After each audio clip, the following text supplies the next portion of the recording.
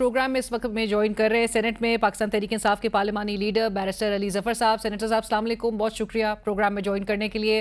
Senator صاحب, گفتگو کا آغاز اس حوالے سے کہ جو خیبر پختونخوا میں قانون سازی ہوئی ہے اور جو دستاویز سامنے آئی ہیں اس قانون سازی سے متعلق, اس میں بہت کچھ ڈیٹیلز اب منظر عام پر آ چکی ہیں, مراعات, اختیارات, استحقاق کے حوالے سے, اور کچھ بتایا جا رہا ہے کہ 1988 کے قانون میں بھی جس طرح سے ٹول ٹیکس سے استثناء, مفت رہائش تمام جو ہے وہ آلریڈی موجود تھے, اور 2026 کے بھی اس قانون میں جو ہے وہ اس کو مینشن کیا گیا ہے. لیکن سب سے پہلے تو یہ بتا دیجئے کہ کیا کوئی اسمبلی اس طرح کی جو امتیازی قانون سازی ہے وہ کر سکتی ہے کہ جس میں ٹول ٹیکس دینے سے استثناء مل جائے, اگرچہ اگر پہلے سے بھی موجود ہے, لیکن کے پی اسمبلی کیونکہ پاکستان تحریک انصاف کا ایک بیانیہ ہے, عمران خان صاحب کی ایک سٹرگل کی بات کی جاتی ہے, ان کی سیاسی جدوجہد کی بات کی جاتی ہے, سو اس کو دیکھتے ہوئے کیا پیغام دیا جا رہا ہے اس حالیہ لیجسلیشن کے تھرو؟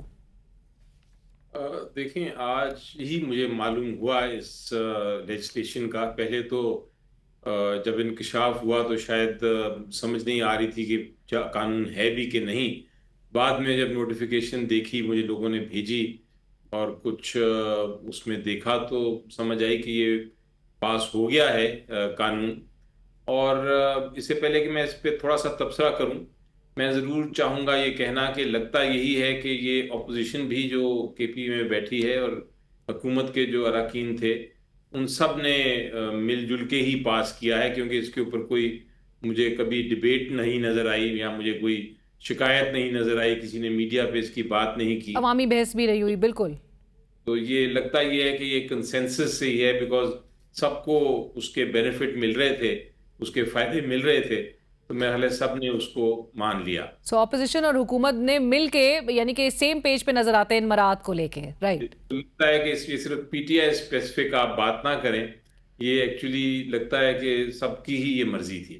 اب دوسری بات یہ ہے کہ جو مجھے اس قانون میں جو پرابلمز نظر آ رہے ہیں, ایک تو بہت بڑا پرابلم یہ ہے کہ یہاں بات کی گئی ہے بلو پاسپورٹ کی. جی, تاحیات سرکاری پاسپورٹ جو ہے وہ ایکچولی پاسپورٹس کا معاملہ یہ فیڈرل حکومت کا معاملہ ہوتا ہے, اور یہ پارلیمنٹ ہی کر سکتا ہے, یعنی سینٹ اور نیشنل اسمبلی. اس کے اوپر قانون سازی جو ہے وہ پروونشل اسمبلی نہیں کر سکتی. تو ایک تو قانون میں کچھ ایسی چیزیں نظر آ رہی ہیں مجھے جو آئین کے خلاف ہیں اور وہ آنی نہیں چاہیے تھی سامنے. اسی طرح جب آپ بات کرتے ہیں ٹول ٹیکسز کی, تو ٹول ٹیکسز ایکچولی یہ بھی ایک, چونکہ ہائی ویز کی بات ہے, تو ہائی ویز جو ہیں یہ فیڈرل حکومت کے ہوتے ہیں, اور ان کے اوپر ٹول لینا یا نہ لینا یہ فیصلہ جو ہے یہ فیڈرل قانون کر سکتا ہے. تو پھر وہ ایک مجھے لگتا ہے کہ آئین کی خلاف ورزی ہے. اس کے علاوہ میں سمجھتا ہوں کہ کچھ ایسی معاملات ہیں جو کہ جس طرح شاید میں نے دیکھا, میں نے اتنا غور سے ڈیٹیل میں تو نہیں دیکھا, لیکن جو سرسری نظر آیا مجھے وہ یہ نظر آیا کہ شاید اس میں جسٹس آف دا پیس کی طاقت دی گئی ہے. جی, وہ بھی مجھے کچھ عجیب سی بات لگی, کیونکہ پارلیمنٹیرینز کو جسٹس آف پیس کی پاورز نہیں دی جا سکتی. وہ تو ایک عدالتی کام ہے اور ایک انسٹیٹیوشنل کام ہے جو کہ عدالتوں نے کرنا ہوتا ہے, اس کے لیے پروسیس ہی مختلف ہے. تو یہ بھی تھوڑا سا مجھے لگا جس طرح کہ یہ جو قانون سازی کی گئی ہے یہ ایک ڈیبیٹ کے بغیر ہی ہو گئی ہے. جس نے بھی ڈرافٹ کیا اس نے پاس کرا لیا قانون. تو کافی سی چیزیں ہیں جس پہ مجھے لگتا ہے کہ ہمارے آنریبل جو اسمبلی ممبرز ہیں ان کو اس کے اوپر نظر ثانی کرنی چاہیے. بالکل. اور علی ظفر صاحب, خصوصی سیکیورٹی بھی حاصل ہوگی, سرکاری ریسٹ ہاؤسز میں مفت قیام بھی ہوگا, اسپیکر کی پیشگی اجازت کے بغیر گرفتاری کو جرم قرار دینے جیسی دفعات بھی اس میں شامل ہیں. سو آپ ان اقدامات کو اور ان دفعات کو آپ بالکل سپورٹ نہیں کرتے؟ جی, میں سمجھتا ہوں کہ جو پورے پاکستان میں جو پارلیمنٹیرینز کی جو پریویلیجز ہیں اس کو پروونشل اسمبلی کی پریویلیجز جو ہیں وہ تھوڑی سی کم ہوتی ہیں. تو اس حد تک تو ٹھیک ہے, قانون میں ضرورت نہیں تھی تبدیلی کی. مجھے نہیں سمجھ آئی کہ اتنی زیادہ کیا کرنے کی ضرورت ہے. تو میں سمجھتا ہوں کہ یہ قانون پہ نظر ثانی کرنی چاہیے.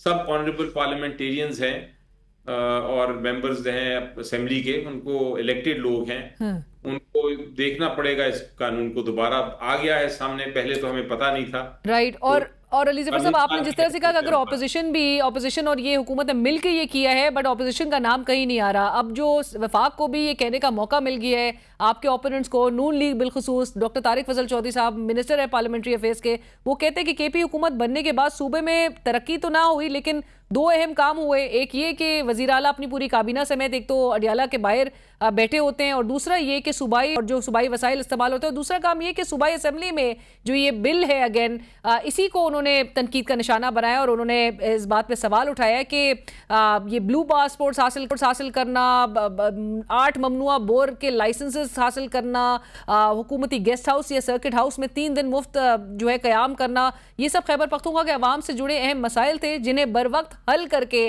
عوام کے لیے ریلیف کو ممکن بنایا گیا. سو ان کو کہنے کا موقع مل گیا. یہ دیکھیں، بالکل آج کل کے ماحول میں اس طرح کی قانون سازی ایک طرح سے آپ موقع دیتے ہیں، لیکن جس طرح میں نے کہا کہ نظر یہ ثانی ہونی پھر چاہیے. اسمبلی نے ہی، سب نے ہی مل جل کے پاس کیا ہے، تو اس کی پھر تنقید صرف پی ٹی آئی پہ کرنا جائز نہیں ہے. تو پھر ایک اسمبلی کا ایشو ہے اور حکومت کا نہیں ہے، اسمبلی کے اوپر یہ تنقید ہے، اور اسمبلی کو چاہیے کہ اس تنقید کو سن کے، دیکھ کے، سمجھ کے جو چیزیں ضروری ہیں وہ رکھیں، اور جو ضروری چیزیں نہیں ہیں، جس پہ شکایات آ رہی ہیں، جس پہ آبجیکشنز ہو رہی ہیں، کرٹیسزم ہو رہا ہے، وہ چیزیں ہٹا دیں. ٹھیک ہے، قانون آ گیا، اس کو واپس تبدیل کرنا بھی اسمبلی کا ہی کام ہے. رائٹ. علی ظفر صاحب، میں کوئکلی آپ سے، چونکہ آج اسلام آباد ہائی کورٹ نے بھی تحریری حکم نامہ جاری کر دیا ہے کہ اگر 190 ملین پاؤنڈ کیس سے متعلق اگلی سماعت پر پی ٹی آئی وکلا نے 190 ملین پاؤنڈ کیس میں مرکزی اپیلوں پر دلائل نہ دیے تو پھر وہ نیب کو سن کر اور کیس ریکارڈ دیکھ کر فیصلہ سنا دیں گی. آپ کو لگ رہا ہے کہ ایک بار پھر عمران خان صاحب اور ان کی اہلیہ بشرا بی بی کا دلائل دینے کا جو حق ہے اس کو عدالت ختم کرنے جا رہی ہے، جیسا کہ ہم نے پریویسلی دیکھا تھا سائفر کیس میں اور دیگر کیسز کے ٹرائل میں؟ جی، اگر ایک طرف کی بحث ہی نہیں سنی جائے گی تو پھر تو یہی امپریشن بھی ملے گا اور یہ حقیقت بھی ہوگی کہ آپ نے ایک طرح سے دفاع کا موقع نہیں دیا. میں سمجھتا ہوں، اور میں اس کے اوپر بڑا غور سے سوچ بھی رہا ہوں کہ میں کل یا پرسوں ایک اپلیکیشن عدالت میں ڈالوں گا کہ مجھے کم از کم اور کچھ سینئر وکلا جو ہیں پی ٹی آئی میں، جو پروفیشنل وکیل بھی ہیں، ان کو ملنے کی اجازت دی جائے، تاکہ ہم ایک انسٹرکشنز لے لیں، ایک ہدایت لے لیں خان صاحب سے، اور پھر اس کیس کی سماعت ہو. تو یہ میں سمجھتا ہوں کہ ایک بڑا جائز مطالبہ ہے، اور قانون اور آئین کے مطابق ہے. ایک کلائنٹ کو، چاہے وہ جو بھی ہو، کلائنٹ کو اپنے وکیل سے ملنے کا حق ہے، اور وکیل کا بھی حق ہے کہ وہ اپنے کلائنٹ سے مل سکے، ورنہ اس کے بغیر وہ کیا بحث کرے گا. بٹ علی ظفر صاحب، آپ کو آپ کی اپلیکیشن کا پہلے ہی پھر سکوپ کیا نظر آ رہا ہے پریویس اپلیکیشن ہی کی طرح؟ جی دیکھیں، یہ تو بدقسمتی سے یہ نظر آتا ہے آپ کو کہ اس طرح کی اپلیکیشنز جو ہیں، اور میں بہت ساری اپلیکیشنز اور پٹیشنز کا ذکر کر سکتا ہوں جو ابھی، جن پہ یا تو کوئی آرڈر فرمایا نہیں گیا، یا وہ اسی طرح پڑی ہیں پینڈنگ. وہ ان کی فائلیں جو ہیں ان کے اوپر مٹی بھی اب پڑ گئی ہے بہت ساری، لیکن وہ عدالت تک نہیں پہنچ سکی فائلیں. تو یہ اپلیکیشن دینا میرا حق ہے. اس کا رزلٹ کیا ہوتا ہے وہ پھر تاریخ ہی جج کرے گی. اور آپ بطور وکیل پی ٹی آئی اور عمران خان صاحب کے وکلا کو کیا مشورہ دیں گے، ان کے وکیل کو کیا مشورہ دیں گے کہ اب انہیں اگلی سماعت پر 190 ملین پاؤنڈ کیس کے حوالے سے دلائل دینا چاہیے یا مزید وقت جو ہے وہ مانگنا چاہیے؟ دیکھیں، ہمیں وقت تو ضرور مانگنا چاہیے، لیکن جو کیا اسٹریٹجی ہے یہ ہم نے ڈسکس کی ہے، ہماری میٹنگز ہوئی ہیں، اور کچھ وہ چونکہ کانفیڈینشیل نیچر کی اسٹریٹجیز ہیں تو میں اس کے ڈیٹیل تو آپ کو نہیں بتا سکتا، لیکن میں سمجھتا ہوں کہ وقت کا تقاضا بھی یہ ہے کہ ہمیں ٹائم دیا جائے، اور انصاف کا تقاضا بھی یہ ہے کہ ہمیں وقت دیا جائے کہ ہم خان صاحب سے مل کے پھر ایک سالڈ قسم کی ڈیفینس پیش کر سکیں. رائٹ. اور علی ظفر صاحب آخری سوال، چونکہ آزاد کشمیر کے الیکشنز اپنے وقت پر ہی متوقع بھی ہے، پاکستان تحریک انصاف کا فیصلہ ہے کہ الیکشنز کو بوائیکاٹ کیا جائے گا. آپ چونکہ بارہا یہ بات کہتے ہیں کہ میدان خالی نہیں چھوڑنا چاہیے، چاہے وہ کمیٹیز سے نکل جانا ہو، دیگر معاملات ہو، تمام پلیٹ فارمز پر پارٹیسپیشن بھرپور ہونی چاہیے، آپ کو اس فیصلے پر اعتراض تھا؟ جی دیکھیں، میں نے تو جب یہ فیصلہ سنا تھا تو میرا تو موقف بڑا واضح ہے اور رہا ہے اور رہے گا کہ آپ نے جس طرح آپ نے فرمایا، کوئی بھی فورم جو ہے اس پہ بائیکاٹ ایک سیاسی جماعت کے لیے صحیح ایک اقدام نہیں ہے. اور بالخصوص جب آپ بات کرتے ہیں الیکشنز کی، تو الیکشنز میں یہ ہوتا ہے کہ اگر سیاسی جماعت جو ہے وہ الیکشنز میں حصہ نہ لے تو پھر اس کا ورکر جو ہے وہ بھی مایوس ہو جاتا ہے اور وہ پھر دوسری طرف جاتا ہے، اور آپ کا جو پاپولیشن ہے، جو پبلک ہے، اس کو پھر آپ ایک آپشن ہی نہیں دیتے. اس کا جو آپشن ہے کہ وہ آپ کو ووٹ کر سکے، آپ وہی اسے چھین لیتے ہیں. تو یہ تو پوری جورسپروڈنس میں کوئی شک نہیں ہے کہ آپ بائیکاٹ الیکشن کا پولیٹیکل پارٹی کو نہیں کرنا چاہیے. ورنہ آپ دیکھیں تحریک استقلال، آپ کو یاد ہے ایک پارٹی بڑی اٹھی تھی اور بڑی مشہور ہوئی تھی، اور انہوں نے جب بائیکاٹس کرنا شروع کیے تو اس کے بعد وہ ختم ہو گئی. اور اسی طرح جب بے نظیر بھٹو تھیں پارٹی کی اپنی چیئر پرسن، اور انہوں نے جب بائیکاٹ کیا تو اس کے بعد ہمیشہ انہوں نے اپنی کتاب میں بھی شاید لکھا ہے کہ میں نے میری سب سے بڑی غلطی تھی کہ میں نے الیکشنز بائیکاٹ کیے. تو یہ پولیٹیکل پارٹی کے لیے بائیکاٹ کرنا درست بات نہیں ہوتی. بہرحال جو کمیٹی تھی جس نے فیصلہ کیا، انہوں نے اپنے ریزنز بھی دیے ہیں. اور آپ سمجھتے ہیں کہ اس پہ نظر ثانی ہونی چاہیے، ریویو کرنا چاہیے ڈیسیشن کو؟ اب تو میرا خیال ہے شاید دیر ہو گئی ہے. اب تو نامینیشنز بھی چلے گئے ہیں، تو اب کینڈیڈیٹس بھی اپنے فائنلائز ہو چکے ہوئے ہیں، تو اب تو ہم کینڈیڈیٹ شاید اتار بھی نہ سکیں میدان میں. رائٹ. سو آپ کے خیال میں پاکستان تحریک انصاف اور اس کی سیاست کو اس سے نقصان پہنچے گا؟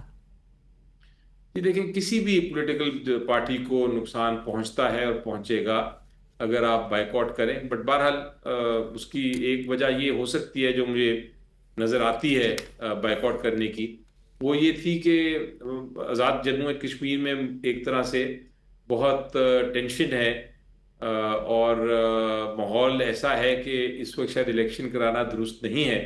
تو ہو سکتا ہے کہ ہمارا کمیٹی کا یہ فیصلہ ہو کہ کچھ دیر اگر الیکشن بعد میں ہوتا تو پھر وہ پارٹیسپیٹ کرتے، لیکن اس قسم کے ماحول میں پارٹیسپیٹ کرنا درست نہیں.